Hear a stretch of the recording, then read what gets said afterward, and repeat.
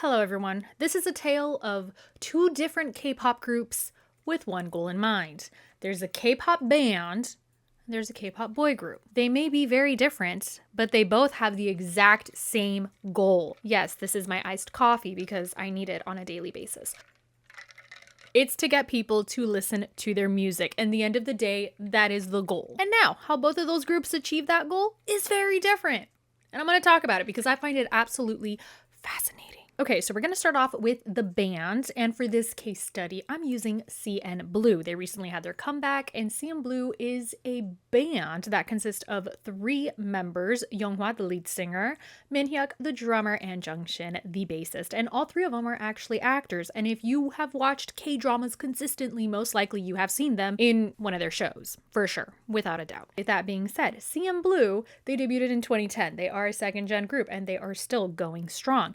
Now, because they had a recent comeback, I couldn't help but notice how they market and how they promote their album differently than a regular K-pop group. And CNBLUE are still considered idols. Yes, they do have albums with photo cards, and they have concerts and tours and all that good stuff. And I don't know if you guys have noticed, there's a recent trend going on that a lot of groups and artists, what they do is, when they release a song, 9 out of 10 times, there's always a dance challenge to it. Can a band have members that dance? Yes. But is that how they promote their music?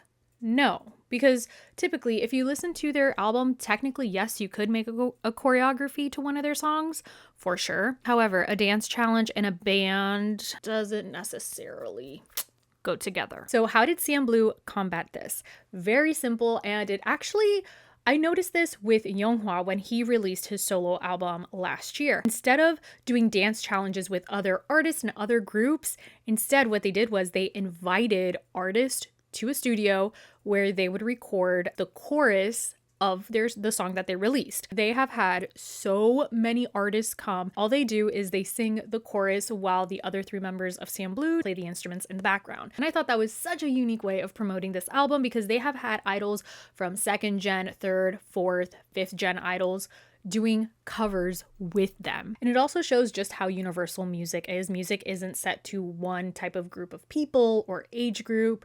I mean, don't get me wrong, there are some songs and some music that there's definitely an audience for.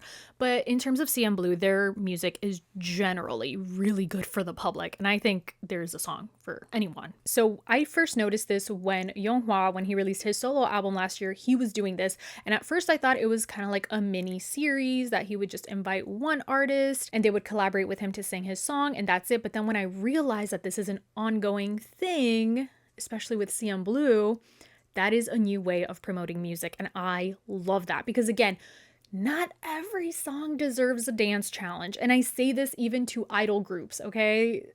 Not every song needs a choreography. And this is coming from someone that is obsessed with choreography. And I mean, in the K-pop space specifically, it is very hard to promote when you're a band because the system is geared towards groups that have choreography and that dance. And from challenges, collabs, performances, it's just the K-pop audience is used to that promotion, I guess. So with K-bands, they do things a little bit differently, but I love how they have utilized that challenge format but made it their own, that it really works. So congratulations to CNBLUE on this spectacular comeback. All right, Killer Joy is fun. However, Lowkey is my favorite track at the current moment, okay? It changes every day. Okay, I really love this album. Recently, 17, they debuted their new subunit, DK and Seungkwan, DNS, and they have been doing a very similar thing, except they've been doing it with fans, that they pre-record the song and then fans could just use that template, that video, audio, and sing over it. So they're kind of doing a duet. And I love that so much. In this case, yes, they do challenges with other artists, but also they are inviting fans to do it with them. So it's a great fan interaction, and it's also another great way to promote their song. Because again, with ballads, you can't really do, I mean, you technically can do a choreography, but it's harder to do a choreography challenge with a ballad. but what they're doing is so unique and super cool. Again, similar to CNBLUE, but this time they are collaborating with fans and listeners, and I love that. Okay, next up, we have my favorite vampires, and that is Enhypen. So this comeback, to me, at least from a marketing standpoint, obviously and a music standpoint and a like in every single angle, this comeback has been stellar. Now, with that being said, I do want the company to treat the members right, and if the members do need rest, I hope that they get it, okay? B-Lift, listen up. If the members are not feeling good, let them rest, okay? All right, just want to say that.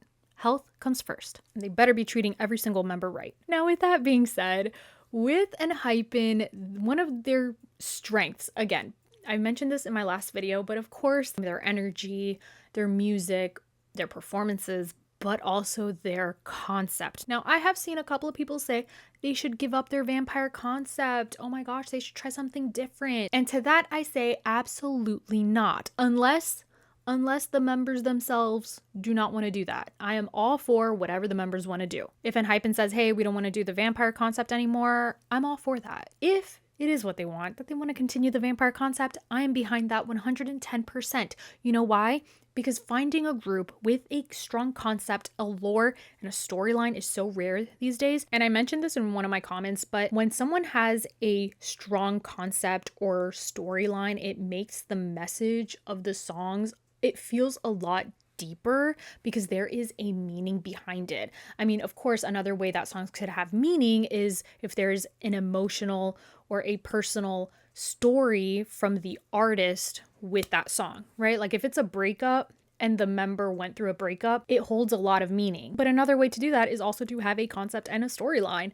I mean, in their whole vampire storyline, if there's a breakup song, we kind of understand where it's coming from. So one of the cool marketing strategies that Enhypen has done for this comeback, Enhypen collaborated with the Red Cross on a blood drive. Now, when I read that, I thought that is genius. Enhypen is using their concept for good. I mean, that is genius. They have the whole vampire concept, a blood drive. It's like a match made in heaven. How many groups out there do you know use their concept, their lore for something good like that? I mean, I didn't even think about that. And I think that is a great use of their platform because yes, people do donate blood, you know, sometimes they give them a free movie ticket and things like that. But when it's tied to a group that you really support, it's just like an extra motivation to donate blood. And I think that is absolutely fascinating. If you donate blood, you get special photo cards and you also get a bar of chocolate, but it's also themed after the whole vampire concept. Like, I don't know whose brain, like whose idea it was to do this, but this is marketing genius work, okay? Because the bar of chocolate that they give people that donate blood is guilt-free blood taste, blood bite, right? Chocolate and bloody cream taste like sin. It's like, and it's also part of like, if you see the album packaging, they have that in the forbidden version, which I still have to get. In Enhypen's album, they have these little advertisements and little things of products and stuff that a vampire would use, like the coffee thing and something else, and actually making it real, this blood bite chocolate, genius. So in the photo card, in the back of it, it says Union of Vampire Fugitive Supporters, Certificate of Support. It's like, it's part of the story. Like, you are part of the story. I don't know, because it never occurred to me for a group like Enhypen that their concept is vampires to collaborate with the Red Cross for a blood drive. The unique angle of their marketing strategy is bringing to life that story, right? Their concept. So if you've seen the album packaging, they have little stickers and things like that. That's part of that world. You know, and also the blood drive thing. And I think honing down on that concept, that storyline, and also they have their Dark Moon series, how they utilize storytelling in everything. Their music videos, the videos that they release in general, leading up to a comeback, the songs, album packaging, it all tells a story. So something that I respect about all of these groups is that yes, they use different marketing techniques to promote their music, but they do not rely on something that is controversial or risky, which I feel like that is such an easy route to get new listeners or to get people to check out their songs. And I really don't like that because to me, that is a lazy way of marketing your music. And also, it could tarnish your reputation. So that is something that I really love. The groups that I mentioned is that they utilize their strengths. CNBLUE, the power of being a band and being able to do covers with other artists of their own song. And also DK and Seungkwan, their connection with their fans and being able to do these little virtual duets.